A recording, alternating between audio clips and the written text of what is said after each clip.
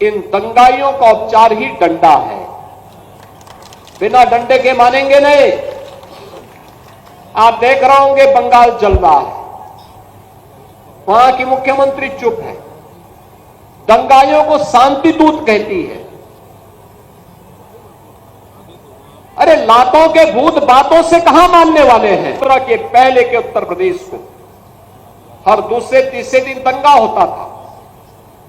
बहनों और भाइयों, इन दंगाइयों का उपचार ही डंडा है। बिना डंडे के मानेंगे नहीं।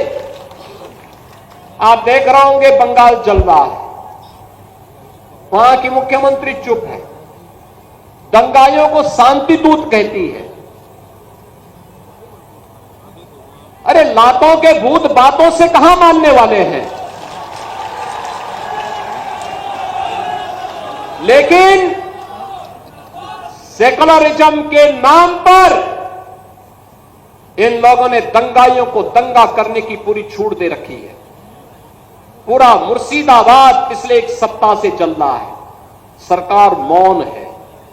बहनों और भाइयों, इस प्रकार की अराजकता पे लगाम लगनी चाहिए और मैं धन्यवाद दूंगा इस बात के लिए वहां की माननीय न्यायालय को, जिन्होंने वहां पर केंद्रीय बलों की तैनाती करके वहां के अल्पसंख्यक हिंदुओं की सुरक्षा की व्यवस्था करने के लिए कदम उठाया है और आज केंद्रीय बल वहां पर तैनात है। आपने वहां की पीड़ा सुनी होगी। सब लोग मौन है, कांग्रेस मौन है मुर्शिदाबाद के दंगों पर, कांग्रेस मौन है, समाजवादी पार्टी मौन है, टीएमसी मौन है। वे धमकी पे धमकी दिए जा रहे हैं, समर्थन कर रहे हैं। बांग्लादेश के अंदर जो हुआ था उसका समर्थन कर रहे हैं बड़ी बेशर्मी के साथ। अगर उन्हें बांग्लादेश अच्छा लगता है तो उनको बांग्लादेश ही जाना चाहिए। क्यों भारत की धरती पर बोझा बने हुए हो, क्यों भारत की धरती पे बोझा बने हुए हो। हम आभारी हैं प्रधानमंत्री मोदी जी के और गृह मंत्री अमित शाह जी के, जिन्होंने वक्फ संशोधन अधिनियम को पारित करके गरीबों की जमीनों पर और सार्वजनिक जमीनों पर पड़ने वाली डकैती पर लगाम लगाने का काम इस अधिनियम संशोधन अधिनियम के माध्यम से पारित किया है। अब ये जमीन जो वापस आएगी, बहनों और भाइयों, इसमें हॉस्पिटल बनेंगे, इनमें गरीबों के लिए मकान बनेंगे, हाई राइज बिल्डिंग बनेगी, यहां पर स्कूल बनेंगे, विश्वविद्यालय बनेंगे, निवेश के लिए लैंड बैंक बनेगा।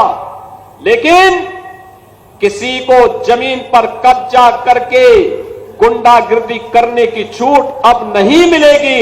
इसलिए लोग परेशान हैं, क्योंकि जमीन के नाम पर जो लूट थी वह रुकने वाली है और उसलिए इन लोगों को परेशानी है।